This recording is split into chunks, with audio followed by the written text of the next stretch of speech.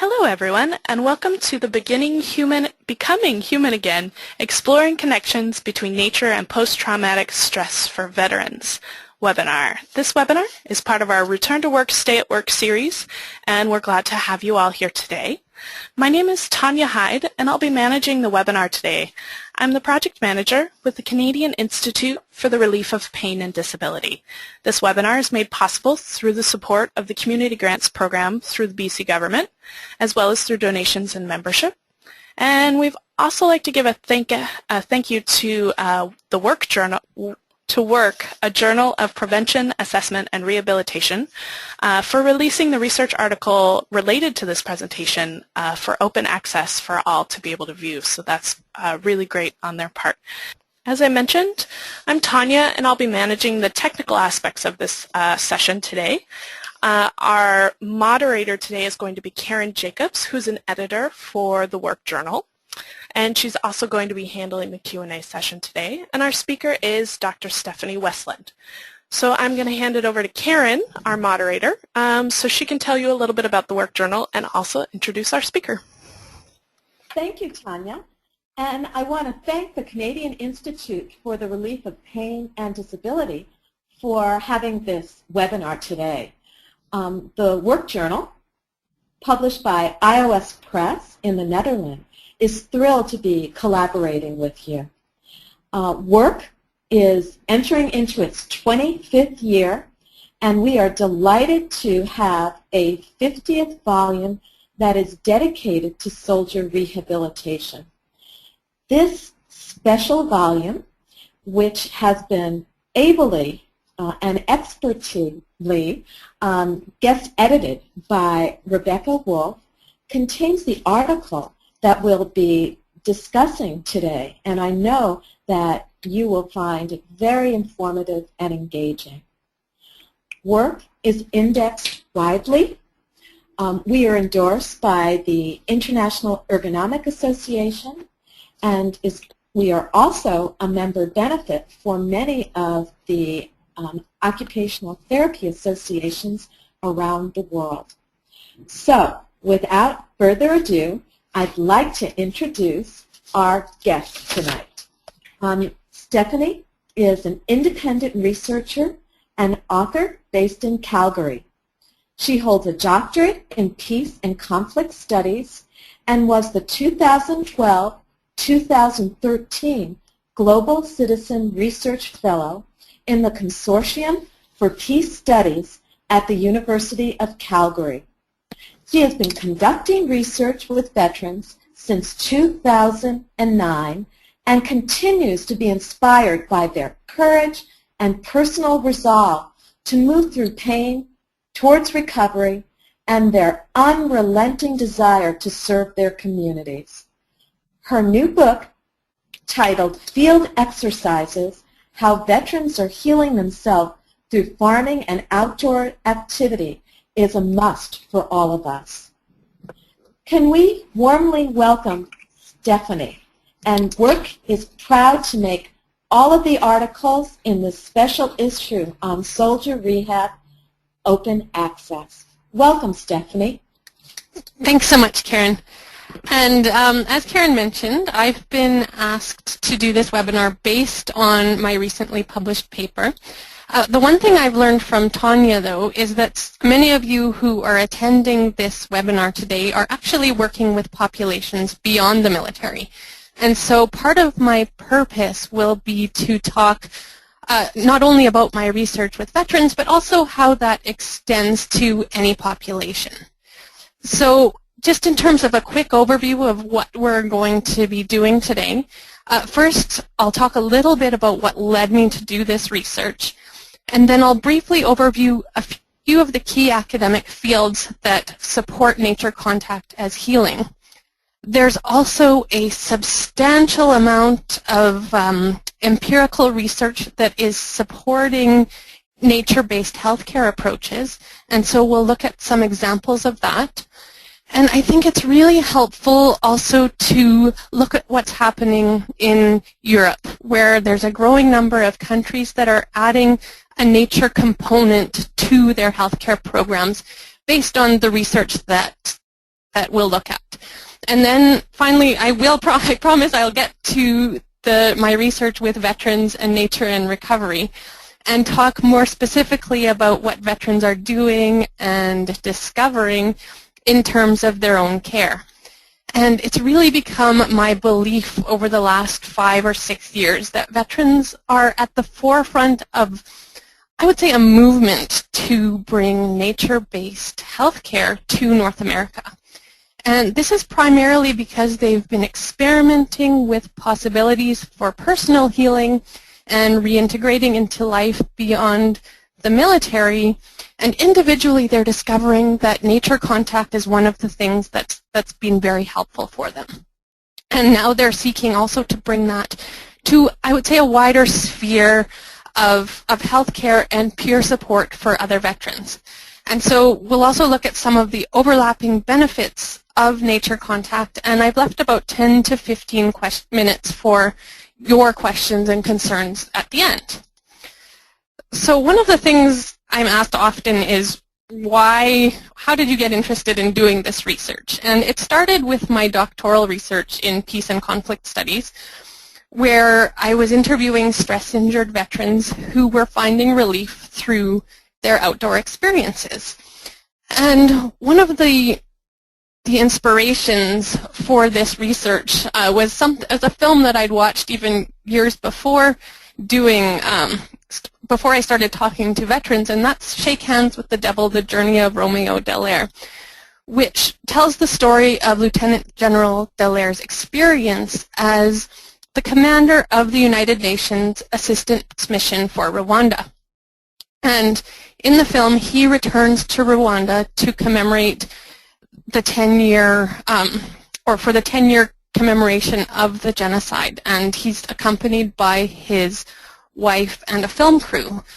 And approximately an hour into the film, there's this scene where he's standing on this hillside, and he turns to his wife and he said, "C'est ici que j'ai redevenu humain." It's here that I became human again. And then towards the end of the film, Dallaire actually returns to that same hilltop, and he says, again, "I want to show you where in all of this I could find myself. I could find the solace and be one with my soul, with my heart, with my being." And I think that these images of the serenity and calm of this hillside that were contrasted with the extreme violence that occurred around them in 1994 really worked to show or speak to this unity between human and nature, in that he talks about really becoming human again here. And at the same time, I was also becoming aware of stories of veterans in my own area who were finding relief from their stress injuries through outdoor activities. And as I began to investigate further, I realized that there really wasn't enough attention to nature contact as important for human health. And this is, I would say, despite the fact that most of us have an intuitive sense that we feel well in nature. Many of us maybe will feel better about, you'll feel that sense of going outdoors and having that shift in your experience as you work in the garden or walk by the river or whatever it is for you. At the same time, some of my research has also been working towards challenging stereotypes. And civilians often have little understanding of the struggles and issues that veterans are facing. And I think so many of us have this stereotypical idea of the veteran, perhaps that we get from Hollywood. And in my experience, at least, I haven't met that stereotypical veteran yet. And really, there's just this wide variety of experiences and wisdom based on what they've seen and participated in. And any veteran or anyone who has served in the military is changed by that experience. And so all veterans must find ways of successfully reintegrating into civilian life. And many have seen the worst things that humans really can do to one another and are working hard to live with what they've seen and done and experienced. And so when we're talking about stress injuries particularly, it's estimated that around 2025, I've even seen estimates as high as 40% from some of the recent conflicts, but I'm not sure exactly where in that, what the actual number is, but a lot of veterans are suffering. And what we find now in both Canada and the United States is that more serving soldiers have died by suicide than in the most recent conflicts in Afghanistan and Iraq. In Canada, we don't track veteran suicides, but in the US, there are at least 22 veterans per day taking their lives. There was also a recent study with other first responders in Canada that suggested that up to 30% have thought about suicide. And so really there's something important about looking at complementary approaches to methods currently being worked on with veterans, other first responders, and other people as well. And, for veterans, a lot are asking for this type of programming because they know firsthand that it works. And there's a lot of evidence to support them. And so we'll move briefly into some of the fields that have informed my own research are areas such as ecopsychology, biophilia, ecological intelligence, neuroscience, and cognitive science. And although these fields come at the question from a diversity of perspectives, they will all overall agree on, I would say, 3 key points. One, that the human brain evolved in complex environments. 2, that our survival as a species depended on constant interaction with natural surroundings, and that we continue to be biologically and genetically the same as our hunter-gatherer ancestors. And accordingly, 3, there are deep ecological instincts that continue to be rooted in the human psyche. And so moving on to some of the scientific evidence that has been gathered over the last 30 years, there are quite a few studies, but I'm going to highlight maybe about 10 here.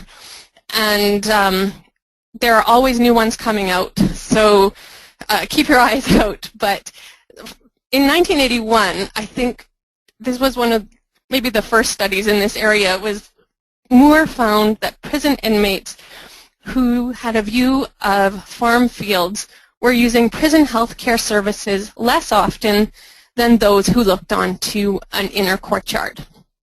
In 1984, Roger Ulrich released his study where he found that hospital patients with a view of trees from their hospital beds after gallbladder surgery required a shorter stay, they needed fewer medications, and they had fewer post-surgical complications than those whose windows looked onto a brick wall. In workplace studies, it's been found that employees with a view of trees or a park are actually sick less often and are more satisfied with their jobs compared to their peers who don't have such a view. And researchers working with children have found that nature can support children with attention deficit hyperactivity disorder, or ADHD, in that often urban environments and modern technologies can aggravate their ADHD symptoms, but natural environments tend to alleviate their symptoms. And they've also found that children who spend time indoors, and those who are suffering from ADHD, so they're playing more, if they're playing in basements or spaces with few or no windows, their symptoms will be more severe than for children who play outdoors.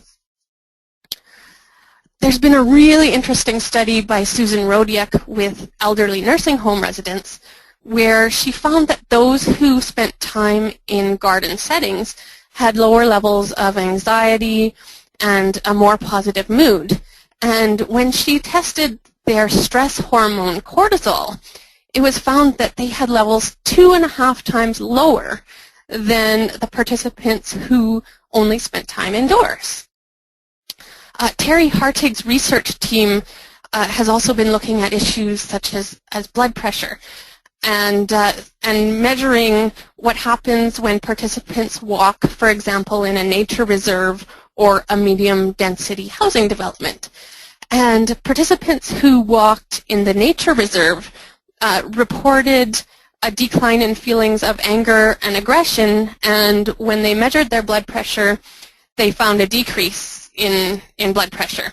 And compared with those who were walking in the urban setting, actually experienced an increase in blood pressure and increase in feelings of anger and aggression. And some fascinating research comes out too about about bacteria in the soil that's been found to produce antidepressant-like effects. And basically what it's doing is it's triggering neurons in the brain to produce serotonin, which then is helping to regulate mood. And I love what one of the lead authors of this study that came out of the University of Bristol said. He said, it leaves us wondering if we shouldn't all be spending a little more time playing in the dirt. An emerging area for veteran care involves companion animals for men and women who are suffering from stress injuries.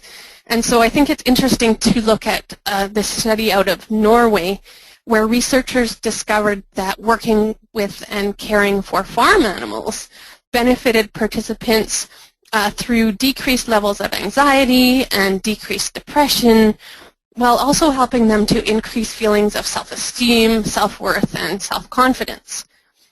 And most recently, in the fall, there was a study related to pregnant women it was found that when they were spending more time in green spaces, they were more likely to deliver full-term babies and higher birth weight babies. And the researchers believe that these outcomes are related to some of the benefits that I've already been talking about. So lower blood pressure, stress reduction, and lower cortisol. And last week, I believe, there was a study released about fewer antidepressants being prescribed to people living in areas with more street trees. So this type of scientific evidence is coming out all the time, and it's worth paying attention to. Now turning for a few minutes to what's happening in Europe. And basically, a lot of countries are starting to adopt what's called a green care approach. And so this involves traditional medical interventions, and then they're being combined with things like agriculture, therapeutic horticulture and gardening, conservation activities, wilderness activities, as well as animal-assisted therapies, and even caring for and breeding domestic animals. But across Europe, there has been a particular emphasis on agriculture and growing food as a means to promote both physical and mental health. And this is something that I've also been finding with veterans, and especially veterans in the United States, who are turning to small-scale, often organic farming, both as means of employment and to recover from their stress injuries.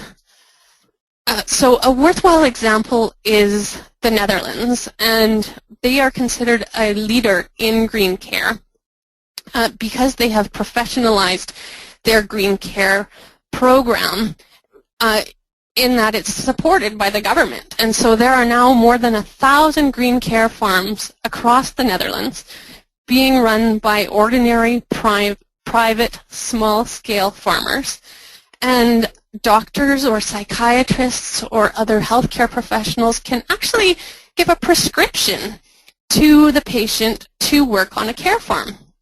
And so this patient can work either on a continuous basis or as a weekly activity, whatever their healthcare professional decides will benefit them. And the farmer gets paid for hosting these clients, as well as benefits from added workers. And patients are really talking about the benefit of being involved in the entire life cycle of plants, from seed to harvest. And again, this is something that I'm hearing over and over from veterans as well. In other countries, Germany and Austria, for example, green care tends to stay strictly within the realm of healthcare professionals. So there might be gardens associated with a particular hospital, but it hasn't moved into the realm of the private farmer too much. And still other countries, for example, Italy, France, Ireland, programs are being run on a volunteer cooperative basis.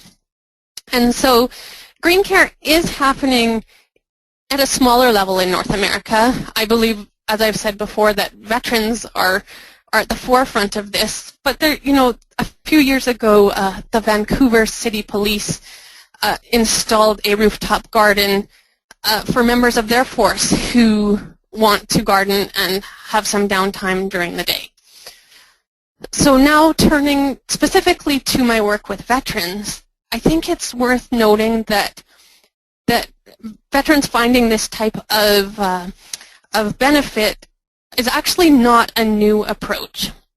So garden therapy was already being used as treatment for World War I soldiers who were suffering from shell shock. Soldiers were also planting gardens in World War I trenches, which author Kenneth Halpand talks about that this allowed them to create something normal in abnormal conditions. Horticulture therapy, as we know it today, actually came from work with veterans during World War II in veterans hospitals in the United States. And in Canada, we actually had what was called the Veterans Land Act from 1942 to 1977, which helped 140,000 veterans move into areas such as farming and fishing. And one of the questions that I'm getting a lot is, why does this work? And I think a lot of people want that, easy cookie cutter answer. And I'm afraid to say that it's not that simple, but that really veterans turning to nature is one piece of a complex puzzle. So most veterans are going to talk about and describe multiple avenues of healing and reintegration. And for some, this involves medication, individual and group therapy, writing and participating in writing groups, activities such as meditation, yoga, and art, music, exercise.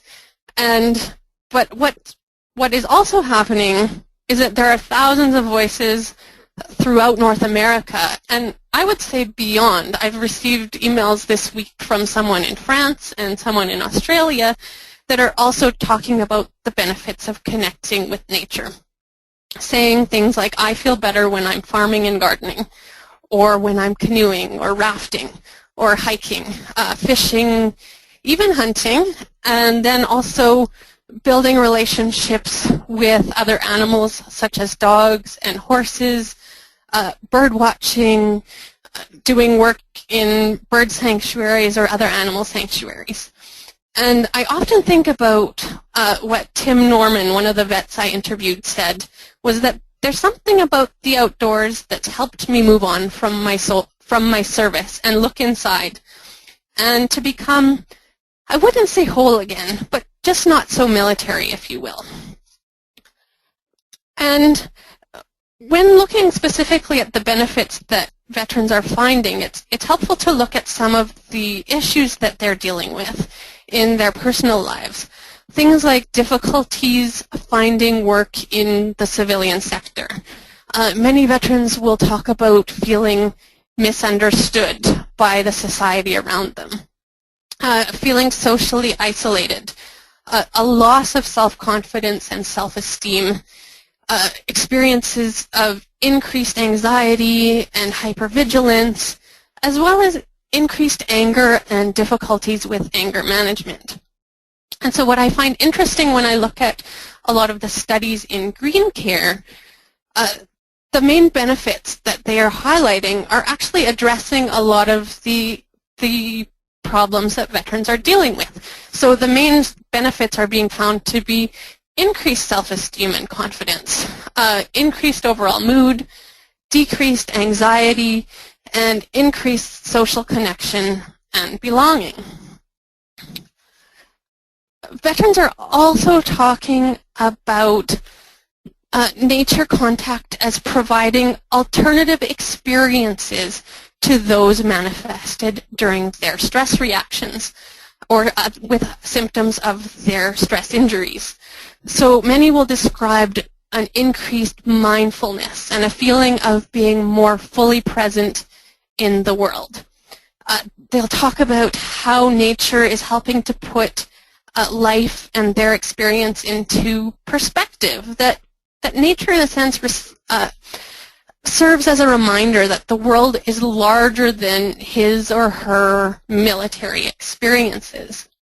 One of the veterans that I've talked to, Shepherd Bliss, credits farming as being one of the most beneficial activities in his learning to live with and move forward to recover from his trauma experiences. And one of the very first veterans I interviewed, Christian McEachern, talks about, he was diagnosed with post-traumatic stress when he was in 1997. And it wasn't until 2005, after going through a lot of therapy and medication, that he was sitting on the banks of a river and he finally felt at peace with life for a moment, and he realized that this was something that was possibly missing in veterans care and that a lot of veterans could benefit from it. When I was doing the research for my book, I also talked to neuroscientist Kelly Lambert, who does a lot of research into emotional resilience and stress. And she described for me a recent study that she and her students had done around with rats. And what they were doing was, in a traditional neuroscience experiment, rats are given enriched environments with plastic toys and, artificial stimuli, some of the things that we give to our children, little tunnels and mirrors and such. And some of her students wanted to know, well, what happens if we give them naturally enriched environments? And so they created this experiment which they called the city rats and the country rats. And so the city rats received the standard enriched environment. Well, the country rats were given, sticks and leaves and small logs and pebbles to move around and things like that. And so then after a while, they tested both the rats' cognitive behavior, which is how smart they were, and they didn't notice much difference in that regard. But where they were seeing a difference was in their emotional resilience. And Dr. Lambert said, their stress hormones are at healthier levels, and these country rats are bolder, and basically they're just a little bit more emotionally stable. And I think that this, in a sense, lends itself to what people, whether it's veterans or others, are talking about in terms of the importance of nature contact and the benefits that they're getting through nature contact. Some of the veterans that I've talked to are also talking about the importance of using hand tools. And this is why a lot of them are gravitating towards small-scale organic farming, because it allows them to, work with their bodies as much as possible. And again, this ties into research that Dr. Lambert's been doing in terms of effort-driven rewards. And she talks about the benefits that people find when they're using their hands and doing tasks that essentially help them to feel in control and see positive results. And then finally, sleep is something that a lot of veterans will talk about, and the difficulty of often falling asleep at night. And with physical exhaustion, though, many veterans are saying, this helps me sleep. And it really ties into some of the research that's happening in terms of physical activity and exercise, and the ways that exercise itself is able to tap into more of the neurochemicals than any one medication can. And so even in cases where a person is taking medication to regulate their mood or to control anxiety or something like that, the studies are showing that the outcomes will often be better if that person is also physically active. Now, many veterans, and particularly those who are suffering from stress injuries, will also describe not feeling safe once they return home. And their wartime or peacekeeping experiences really become the new vantage from which they are experiencing the world.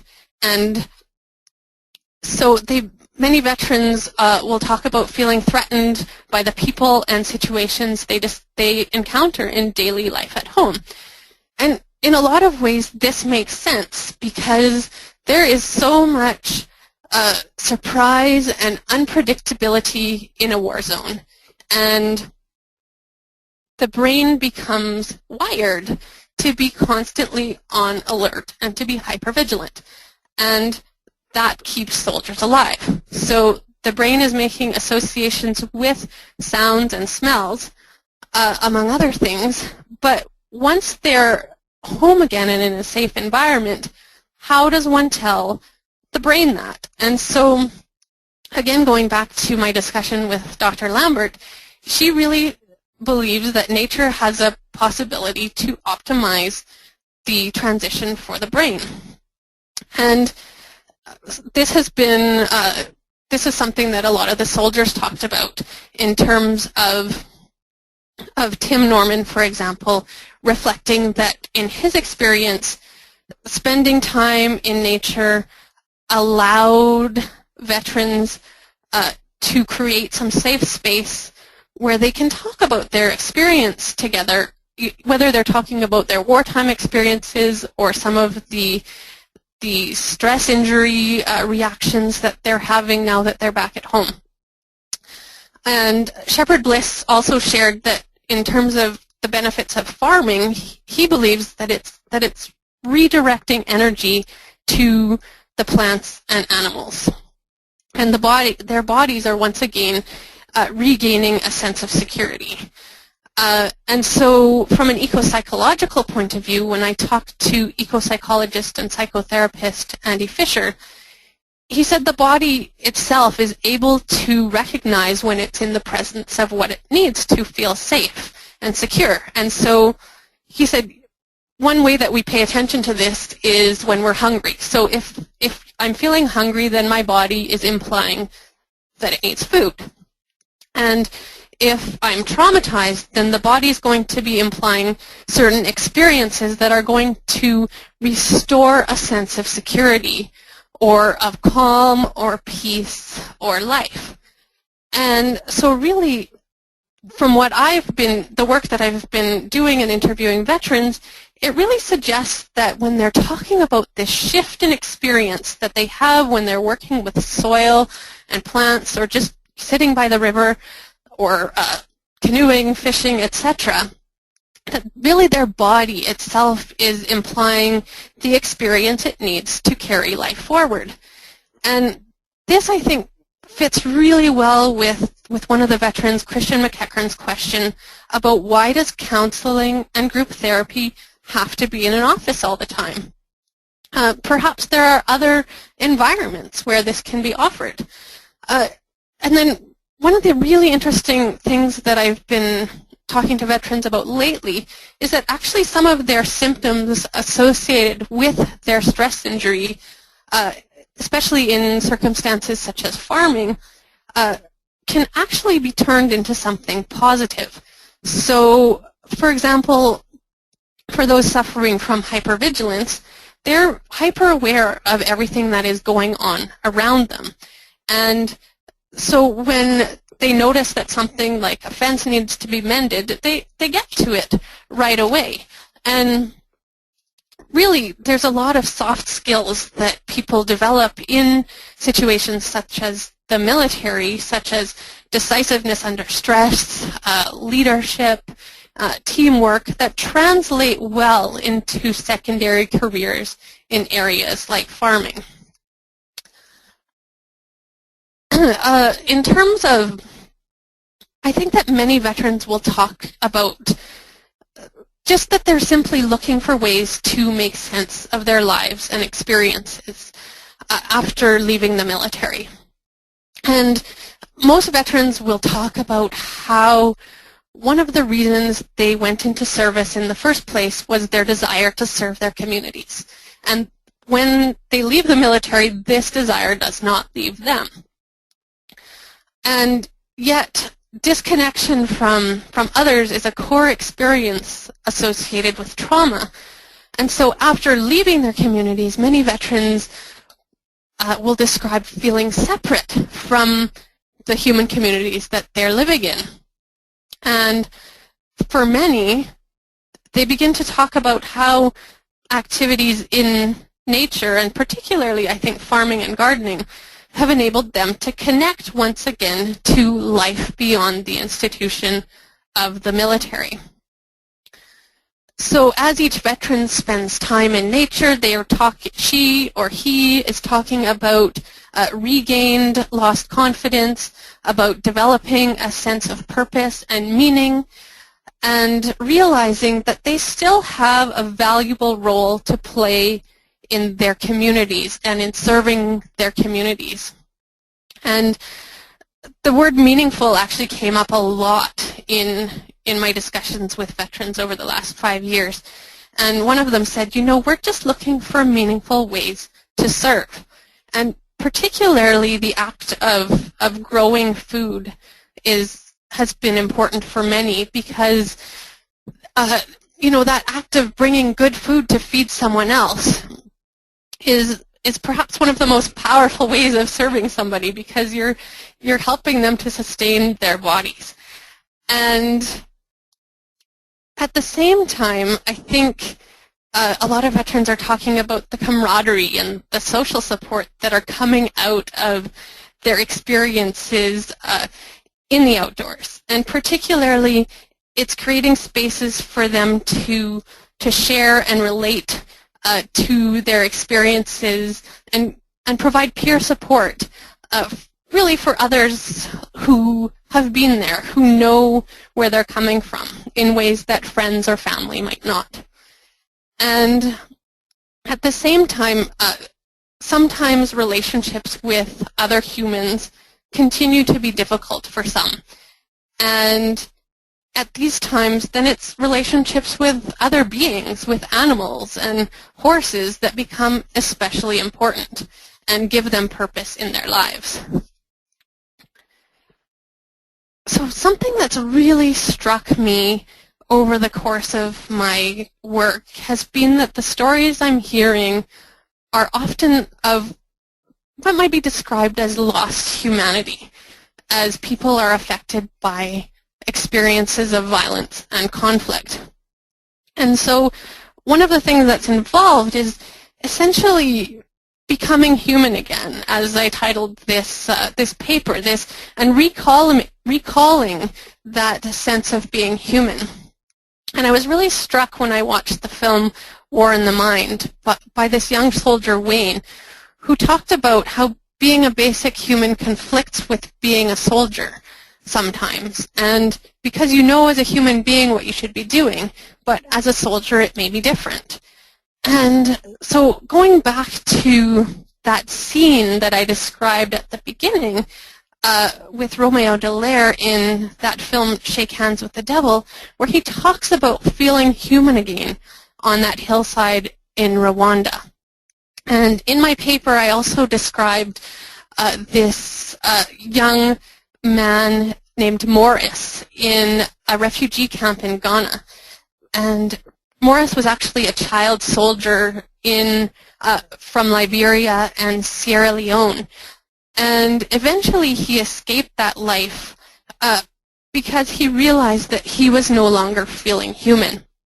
And so as part of his own healing and recovery, as he lives in this refugee camp, he he went and he assembled 200 other former child soldiers, and they've created a farm together where they're harvesting fruits and vegetables and giving back to their refugee community. Now, it's important that they talk about how they still carry their stigma as soldiers, and many in their community are having difficulty accepting them back into the broader life because of what they've done, but they're really hoping that through doing this type of work, not only are they individually benefiting, but that by doing this work, they will then be accepted to their communities again. And so just by way of concluding, I think when I'm talking about green care and nature contact, it's really important that, first of all, it's understood as a complementary approach. So many veterans and others are continuing to need traditional medical interventions such as therapy and medication, but at the same time, they're asking for something else. And as one of the veterans that I interviewed said, you know, gardening's not a fix, but it's an effort. It allows you to feel in control of your own situation, of your own destiny. And really, it's something that's being supported both by experience, in that there are thousands of veterans throughout North America talking about this. The Farmer Veteran Coalition has in itself helped over 1,000 veterans move into farming as secondary careers. And it's also supported by science. And so this is one of the reasons that I've been working towards this over the last few years, is to really, as I note in my book, field exercises to support veterans with the scientific data to say that there is, it makes sense that you are feeling this individually and that it's working for you. And so green care up till now in North America has primarily been quite informal. And as I've talked about throughout this presentation, veterans are really leading the way in terms of providing these services to other veterans. And what I would like to see is a more formalized approach that is being supported by doctors and others in the medical system, that's being supported by insurance companies, by employers, and by the government. And basically that green care is available to anyone who would like to participate and try it. And so what I've done here is I've compiled a few resources that some of you might find helpful. There's no need to copy them down. As Tanya said, this presentation will be available from the CIRPD website. And so at this point, I'd just like to thank you very much for listening, and I'm happy to answer any questions you have related to your work and your concerns.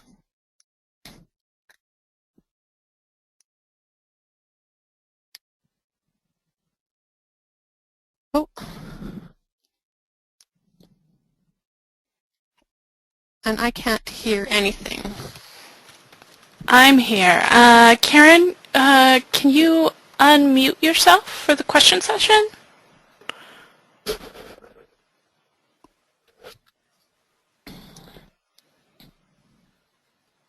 Because I can't seem to unmute. I'm unmuted. Oh, wonderful.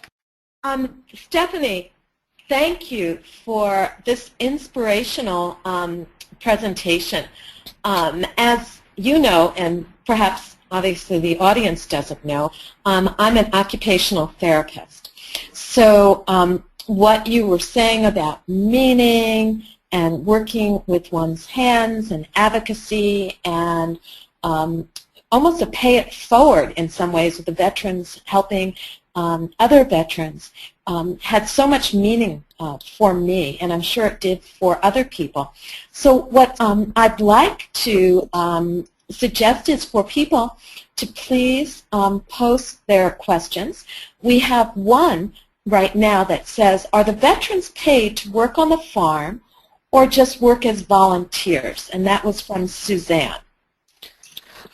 Well, that really depends on where you are. So in North America, veterans have been, many are trying to move into farming as a secondary career.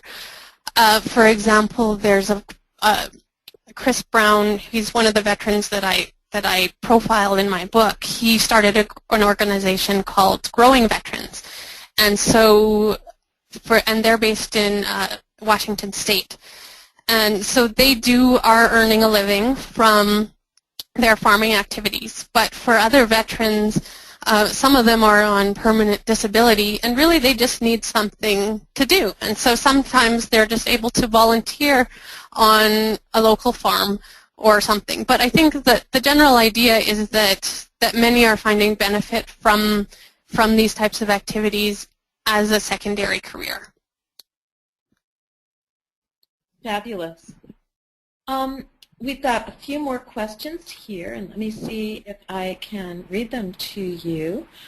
First of all, you're getting lots of feedback about fantastic presentation. So again, thank you so much.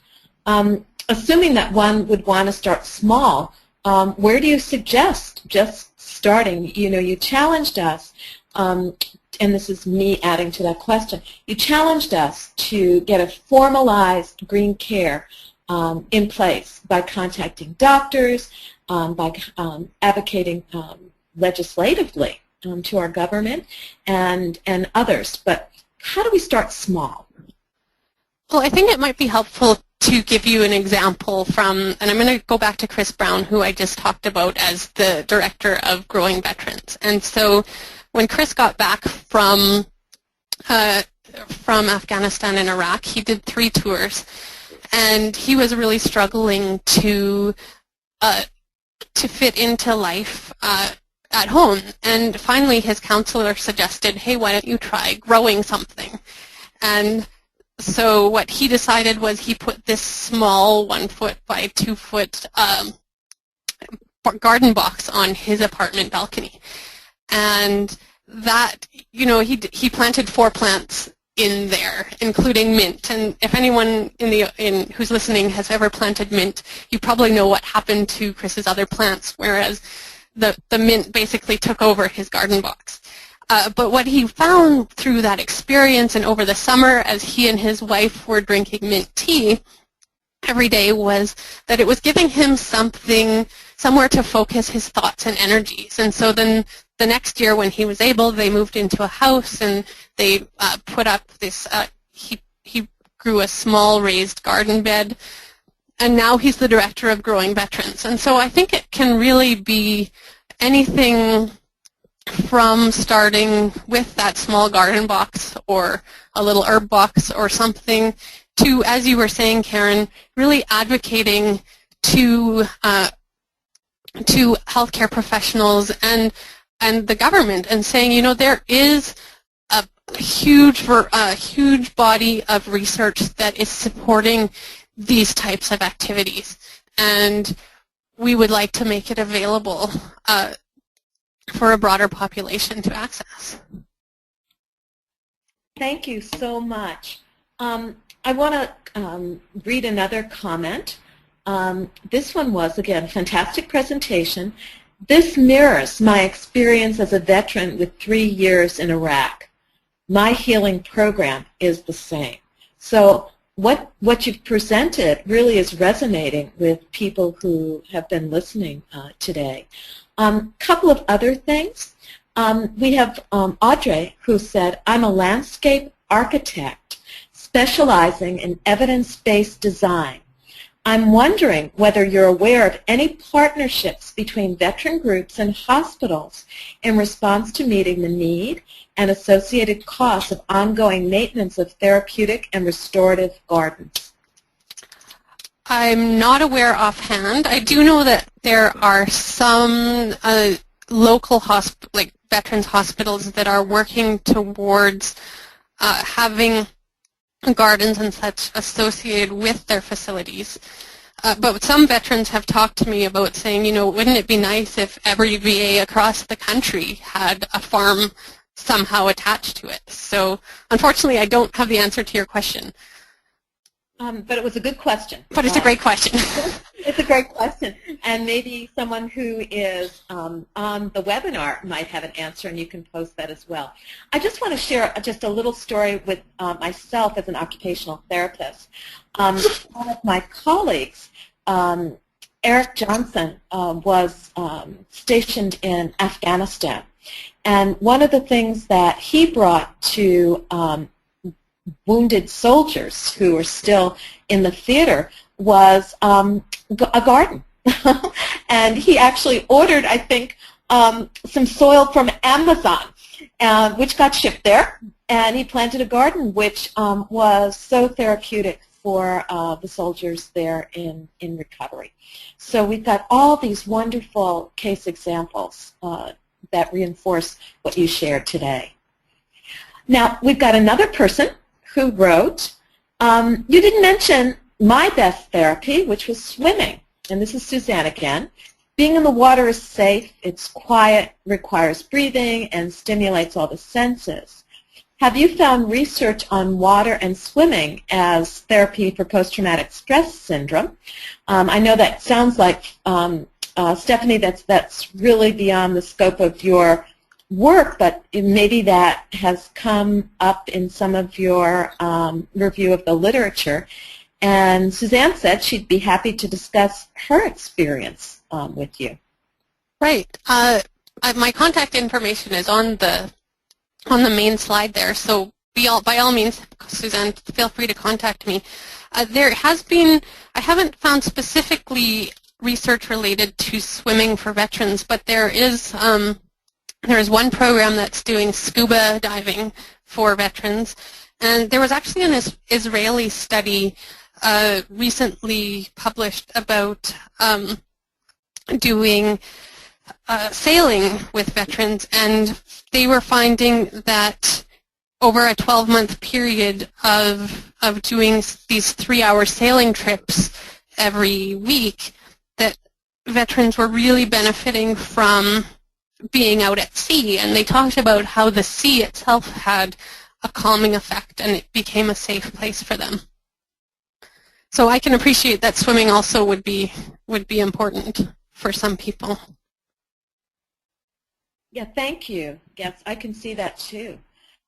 Michael wrote a comment as a resource, and he said that people should look into something called gardening leave charity work with veterans hospitals in London and Glasgow in the UK.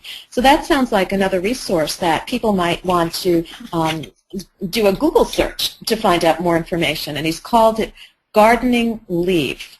Yes, if they actually, this morning on my Field Exercises Facebook page, so if you just go to facebook.com/field exercises, I posted an article about gardening leave and some of the benefits that they are finding there.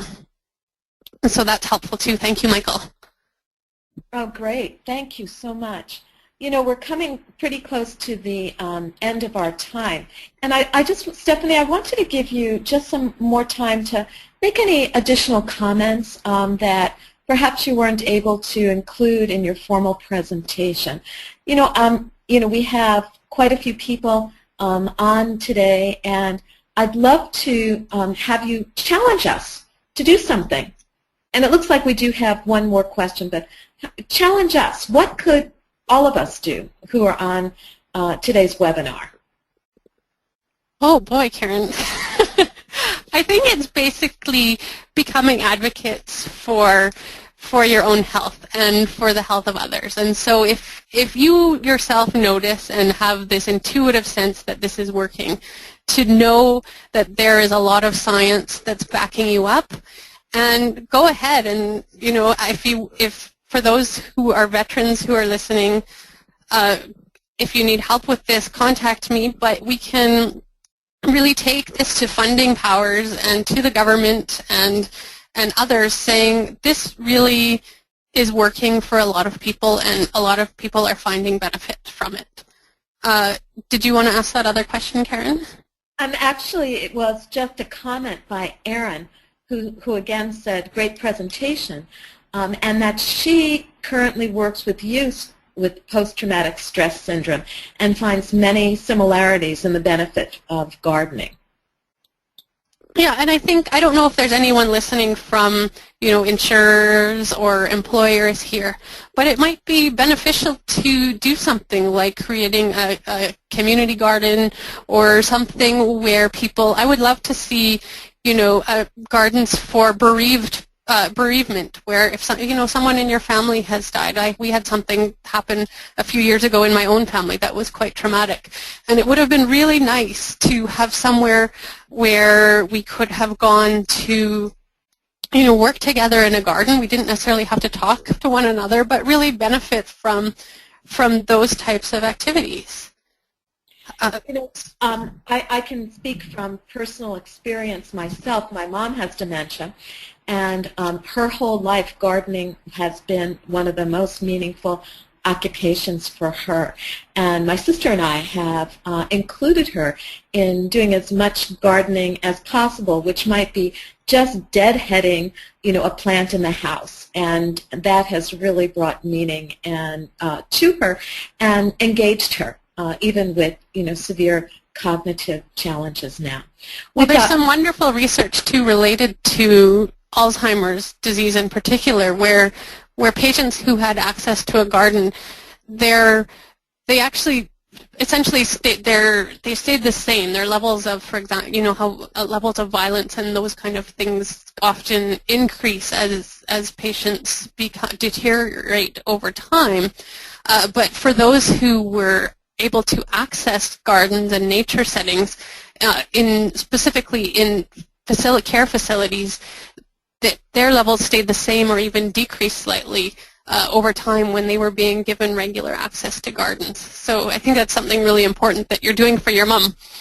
Oh, thank you. Thank you. And we are going to continue. And we actually are using it for aromatherapy because we have mint overgrowing the garden also.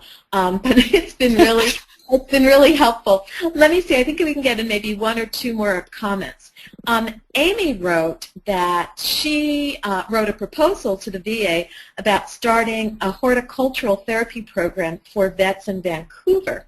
That they seemed to be interested, but after waiting a year, they said no thanks. But then Amy commented a little bit further along that she thinks that this could be revisited. And Amy, I'm going to encourage you to resubmit, particularly in light of the recent publicity for vets and suicide attempts that you commented on. And Stephanie, what do you think about that?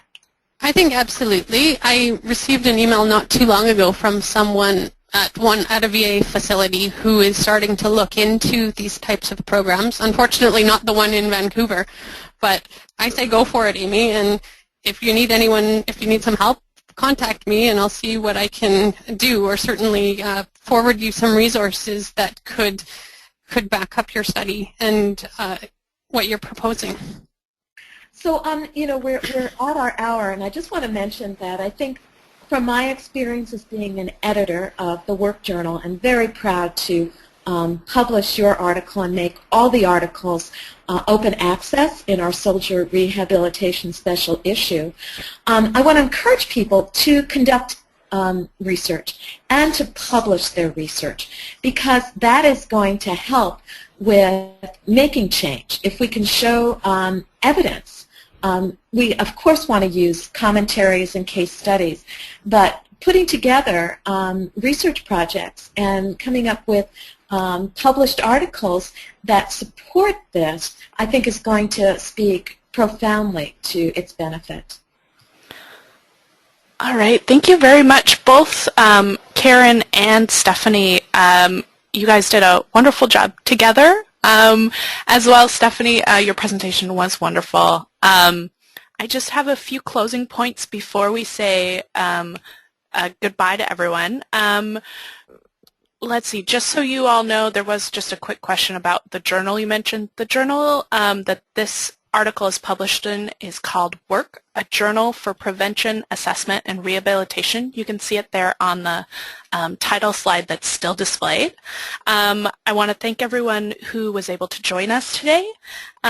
Immediately following the webinar, you'll be directed to an evaluation survey, and we really appreciate any input you have on this webinar, as well as on topics that you might be interested in for future webinars. Our next Return to Work webinar is called Pulled from All Sides, The Sandwich Generation at Work with Dr. Ann Sullivan, and it is also a article that's been published in Work Journal, and we will also have Karen back on as a moderator, which we're very excited about. And a link for registering with this for this session will be included in your follow-up email. And all of our webinars are created for public access and supported by voluntary donations and memberships. And I again want to give a big thank you to both Stephanie and Karen for their participation today. It was wonderful. My pleasure. Thanks so much for having me. And thank you so much, too. We love this collaboration. Wonderful, and we're looking forward to more collaboration in the future. And thank you, everyone, for signing on today, and we hope to see you at our next webinar. Thank you.